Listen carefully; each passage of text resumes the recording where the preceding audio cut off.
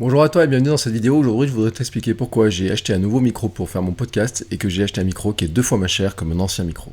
Allez, c'est parti.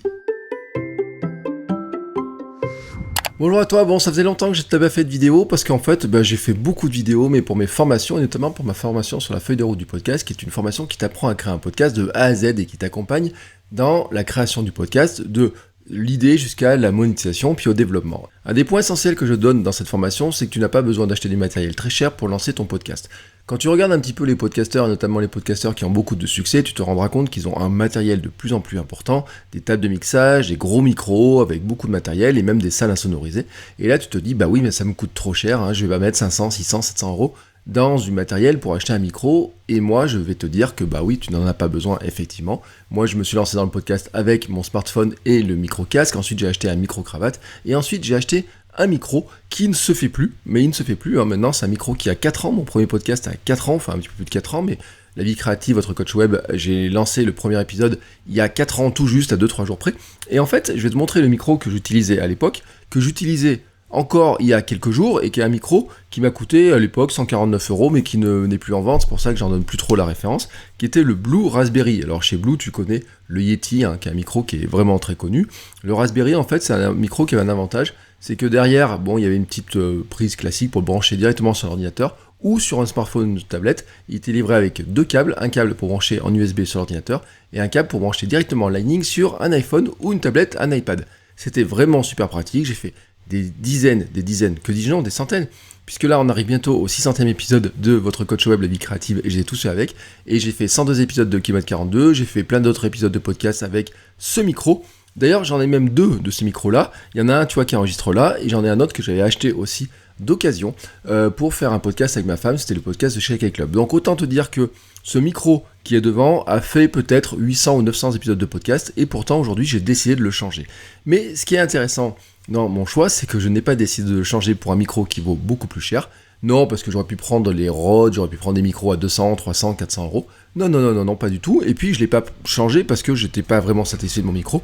Je l'ai changé pour une raison intéressante, c'est que je voulais te montrer un test et te prouver que tu n'as pas besoin d'avoir un micro très cher pour créer un podcast qui a une bonne qualité de son. Parce qu'en fait, un des problèmes qu'on a souvent dans les gens qui achètent des micros qui sont très chers pour faire du podcast, c'est que souvent ils ne savent pas vraiment s'en servir parce qu'il faut des réglages, parce que si tu n'es pas placé au bon endroit, comme il faut, etc., tu peux avoir du postillon, tu peux avoir des bruits de bouche qui sont vraiment très amplifiés, tu peux avoir le bruit des salles qui sont vraiment très amplifiés. Si tu as un micro qui est de très très bonne qualité dans une salle qui a une insonorisation qui est vraiment très mauvaise, je pense que ça va être pire que tout.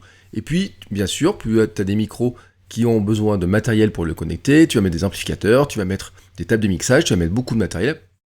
Et au final, bien sûr, il y a certains qui vont dire « Oui, mais j'ai un meilleur son grâce à ça, etc. » Et moi, j'ai vu des podcasteurs qui, franchement, ont des super bons micros, des micros à 400 ou 500 euros, et le son est vraiment dégueulasse, tout simplement parce qu'ils se placent mal par rapport à leur micro, parce qu'ils parlent pas dedans, parce qu'ils sont pas à la bonne distance, parce qu'ils n'ont pas la bonne voix, la bonne manière de parler. Bref, ils ont investi beaucoup d'argent pour avoir une bonne voix, et en fait, c'est pas ça qui fait la bonne voix. Bah non, c'est l'utilisation de son micro, le fait de se positionner dans une bonne salle, le fait de se tenir bien droit, etc., de souffler dedans. Mais je te le répète, tu peux créer un podcast avec un micro qui livre avec ton smartphone sans aucun problème. Il y a plein de gens qui vont jamais s'en rendre compte, tu peux monter petit à petit dans le prix de tes micros, il n'y a aucun problème avec ça aussi, si tu as envie, mais je te le dis, ce n'est pas obligatoire. Et là, ce que je voudrais te dire, c'est que j'ai changé de micro. Alors tu vas me dire, mais pourquoi tu as changé de micro, Bertrand ? Alors, l'une des raisons principales, c'est que je voulais faire un test. Et je voulais faire un test d'un micro qui s'appelle le Samson QU2. Alors, je sais jamais si je dis bien, oui, non. Tu vois, d'ailleurs, je me suis planté, c'est le Q2U. Voilà, alors, je sais pas si tu vas voir, il s'est marqué ici. Samson Q2U. C'est un micro. Alors, les prix varient un petit peu. Sur Amazon, on peut le trouver entre 80 et autour de 70-80 euros. Honnêtement, moi je l'ai payé en déstockage 60 euros. 60 euros. Et là tu vas me dire, mais pourquoi tu achètes un micro à 60 euros alors que tu fais du podcast, que ton métier c'est faire du podcast, que tu fais de la formation sur le podcasting? Et je vais te donner plusieurs raisons. La première raison, c'est que ce micro-là, j'en ai souvent entendu parler et que j'en ai souvent entendu beaucoup de bien, et à tel point que ça fait partie des micros que je recommande dans ma formation, la feuille de route du podcast. Mais je disais dans ma formation, écoute, voilà, je pense que ce micro est très bon, mais je ne l'ai pas testé, mais tu peux regarder des tests, tu vas trouver des tests à droite à gauche, et tu verras que c'est un micro qui est souvent plébiscité. Bon, là, ça me convenait pas trop, et tu sais, moi j'aime bien aller jusqu'au bout des choses, donc ce que j'ai fait, c'est que je me suis dit, il faut que je teste ce micro pour voir exactement ce que donne ce micro-là. C'est-à-dire que, plutôt que de dire, tu peux regarder des tests faits par d'autres, eh ben je préfère faire des tests par moi-même pour voir ce que ce micro a dans le ventre, tout simplement. Donc, j'ai acheté ce micro, voilà, pour voir un petit peu ce qu'il avait dans le ventre. Et puis, il a un autre avantage, ce micro, ça vient de sa connectique, et là, c'est un point qui est extrêmement important, c'est que je dis que c'est un micro. Tu vois, quand tu cherches à acheter un micro pour te lancer dans le podcast, je dis que c'est peut-être le micro idéal à acheter pour te lancer dans le podcast. Alors pourquoi je pense ça ? Tout simplement parce qu'il a une connectique qui est très intéressante. C'est une connectique qui est double en fait. Si tu regardes l'arrière du micro, de ce qu'il y a sous le micro, tu vas voir qu'en fait il y a 3 prises. Il y a une prise, une très grosse prise ici qui s'appelle une prise XLR, et puis tu as une prise ici, hop, que je mette bien le doigt au bon endroit, une prise USB, et tu as une prise casque. Alors la prise casque, je te fais pas de dessin pour savoir à quoi elle sert, c'est tout simplement pour brancher un casque pour écouter le son quand tu parles dedans, voilà, pour contrôler que le son est bon, ça c'est un premier point. La prise USB te sert bien sûr à brancher ton micro sur un ordinateur ou sur une tablette ou sur un smartphone par le biais d'un câble USB et les bons connecteurs qui vont avec si c'est sur un smartphone ou une tablette. Et le XLR te permet de le brancher sur une table de mixage, sur une console, sur un enregistreur portatif qui aurait des prises XLR et qui vont alimenter le micro.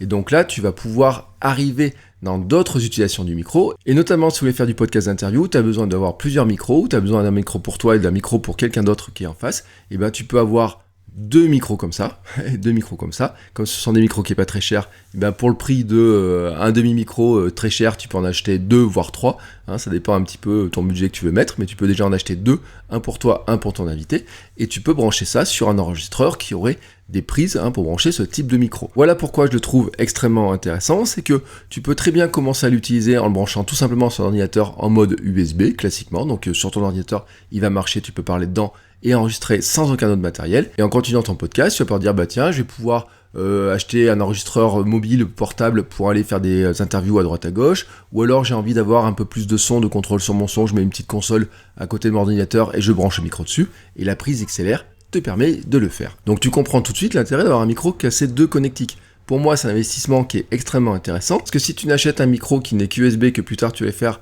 des podcasts d'interviews, tu vas aller voir des gens et que tu as besoin d'un enregistreur mobile, ton micro USB, tu ne pourras pas le brancher dessus. Alors bien sûr, il y aurait des solutions pour enregistrer avec un iPad, avec un ordinateur, tu travailles avec l'ordinateur, etc. Mais avec un micro comme ça, tu n'as pas besoin de ça, tu peux avoir un système qui est beaucoup plus léger. Et quand tu es à la maison, tu peux tout simplement enregistrer avec ça. Donc je pense que c'est un micro qui est très intéressant pour commencer avec un petit budget et qui va te suivre quand tu vas continuer à progresser, puisque tu vas pouvoir l'utiliser pour faire plein de choses, y compris du podcast à 2, 3, 4 personnes si tu as envie.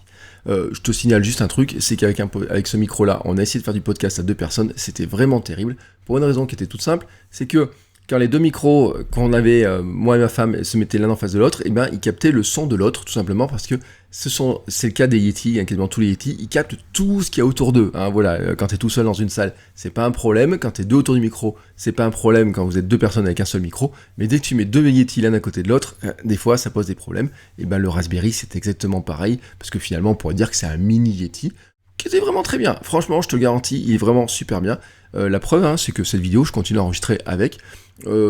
Bientôt, je vais arrêter, je vais plutôt utiliser celui-ci. Mais en tout cas, je voulais te faire cette dernière vidéo.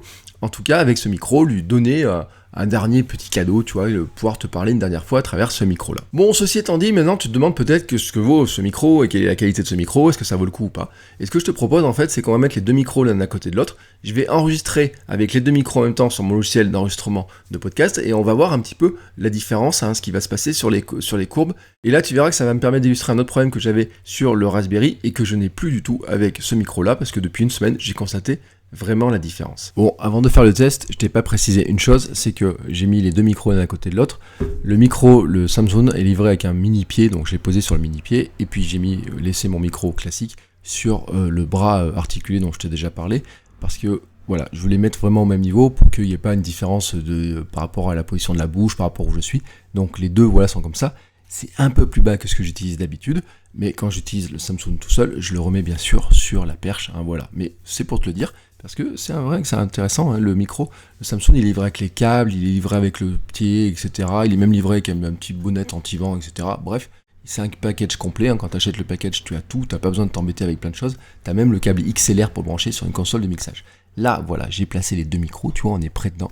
Donc maintenant, je vais pouvoir démarrer mon logiciel Auphonic et on va faire un enregistrement. Je vais démarrer tout simplement l'enregistrement des deux micros en même temps et on va regarder ce qui se passe. Allez, c'est parti. Nous voilà maintenant dans Hindenburg, qui est le logiciel que j'utilise pour enregistrer mes podcasts. J'utilise toujours celui-ci. Là, je suis passé sur Hindenburg Journaliste Pro, tout simplement parce que je peux mettre les deux micros ensemble. Donc sur la première piste en haut, je vais mettre le Raspberry, et sur la deuxième piste en haut, en bas, tu vois qu'il y a ici, il y a le Samsung Q2U, qui a été reconnu comme un micro USB. Donc je vais armer la piste d'enregistrement, j'arme les deux pistes d'enregistrement, et donc en fait, je vais bien enregistrer en même temps. Les deux micros vont s'enregistrer exactement en même temps. La première chose que je vais faire, le premier test que je vais faire, c'est que je vais juste laisser enregistrer, on va juste filer l'enregistrement comme ça, sans parler, pour voir un petit peu ce qui se passe sur la courbe.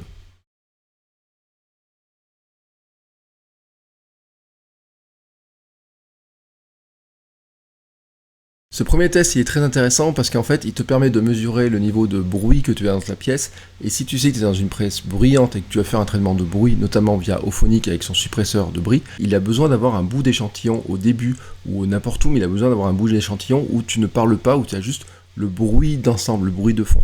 Là, j'ai mon ordinateur qui souffle un petit peu là tout de suite.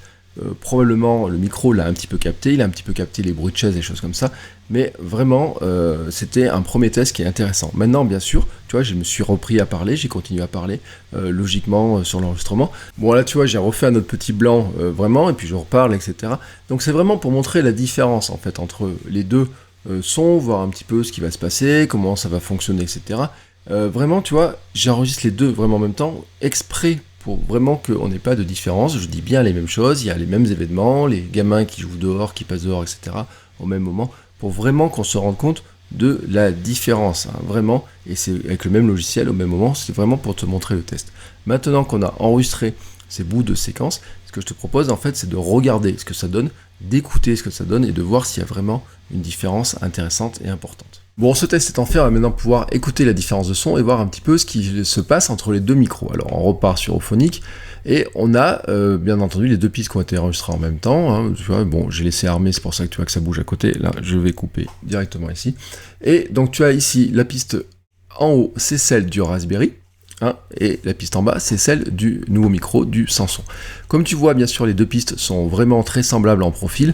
Il y a juste une petite différence que tu vois qui est ici en fait, c'est l'enregistrement de départ qui est quand j'ai enregistré le bruit de la pièce. En fait, qui était pour voir un petit peu le bruit ambiant de la pièce. Alors, ils n'ont pas capté tout à fait la même chose, tu vois, qu'ils n'ont pas capté les mêmes choses. Ici, j'ai un petit pic, et ici, j'ai un bruit qui est plus haut. En fait, j'ai un niveau de bruit qui est plus haut. C'est-à-dire qu'en fait, le Raspberry avait une tendance à capter plus le bruit d'ambiance de la pièce que le Samsung.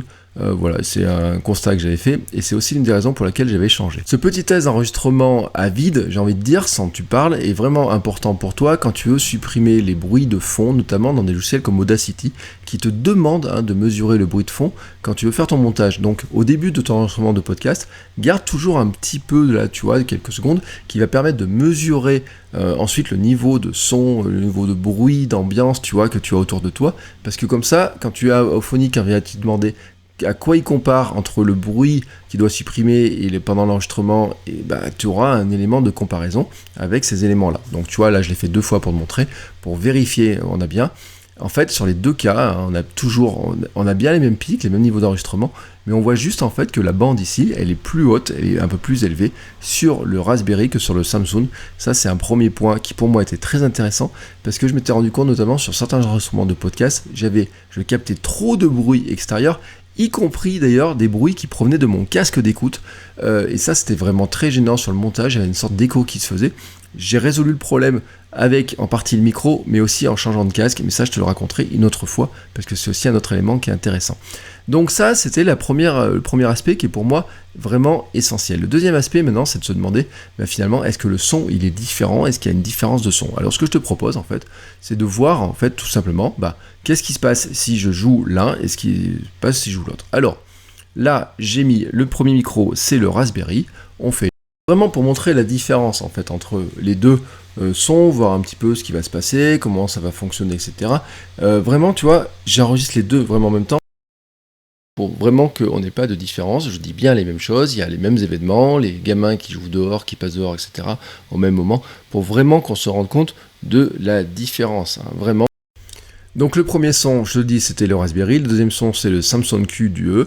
Moi je trouve en fait que le Samsung a une voix qui est plus claire, il y a moins le bruit de fond qui est derrière, tu vois, dans l'enregistrement, la qualité est meilleure, vraiment meilleure, et ça c'est un point qui est vraiment très important. Alors ça ne change pas fondamentalement la voix, c'est pas comme les gros micros de certains podcasteurs qui font des grosses voix, etc. comme ça, on reste sur une voix qui est assez proche de la voix normale, de la voix classique, sur laquelle tu vas pouvoir mettre des effets, si tu veux un petit peu compresser le son, faire du travail sur le son, mais en tout cas, c'est un micro qui ne déforme pas la voix, qui va pas faire une grosse voix comme ça, etc., mais qui enregistre une voix qui est bien distincte, qui est bien intéressante, et je trouve en fait que la qualité d'enregistrement, elle est meilleure que sur le Raspberry, tout simplement parce que il chope pas, tu vois, le bruit, il y a une espèce de souffle, tu entends le souffle en fait, et tu comprends très bien sur le Raspberry, c'est que quand il n'enregistre que le bruit de la pièce, en fait, il capte tout, tu vois, il capte tout un tas de sons en plus, il capte tous les souffles, il y a une espèce de...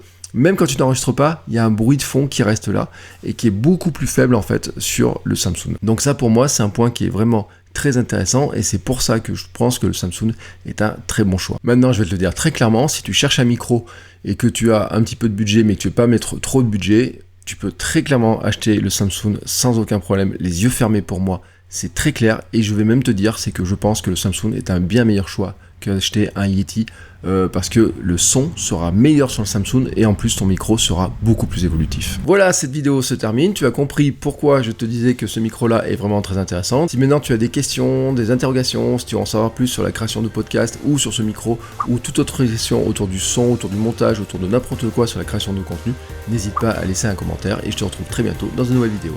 Ciao!